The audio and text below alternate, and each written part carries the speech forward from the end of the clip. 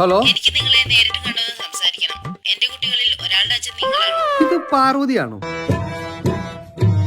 പാർവതിയല്ല. അല്ലേ? പിന്നെ ആരാ? ബിന്ദു ആണോ? ബിന്ദു അല്ല. അല്ലേ? പിന്നെ ഇതാരാ? ഷൺമുഖിയാണോ? അല്ല. അല്ലേ? പിന്നെ നിങ്ങൾ ആരാണ്? ഞാൻ നിങ്ങളുടെ മകന്റെ ക്ലാസ് ടീച്ചറാണ്. ആരെ വിളിച്ചേ?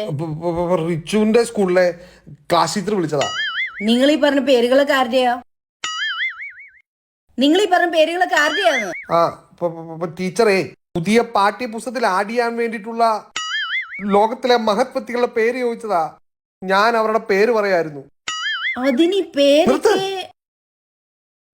ഒരു പേര് ഞാൻ മറന്നുപോയി.